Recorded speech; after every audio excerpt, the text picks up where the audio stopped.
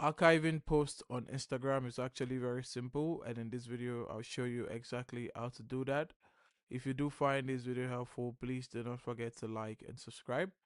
Now, the first thing you're going to do is you're going to launch up your Instagram application. You're going to go to your profile, and from here we want to find the post that we want to archive.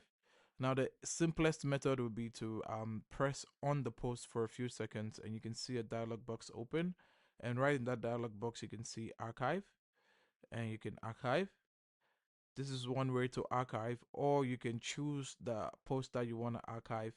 And once you choose it, there are three dots at the top of the video, far right. You're going to click on those three dots, and right under the dialog box that it opens, you're going to see archive between hide share count and turn off commenting, and this should also archive this post.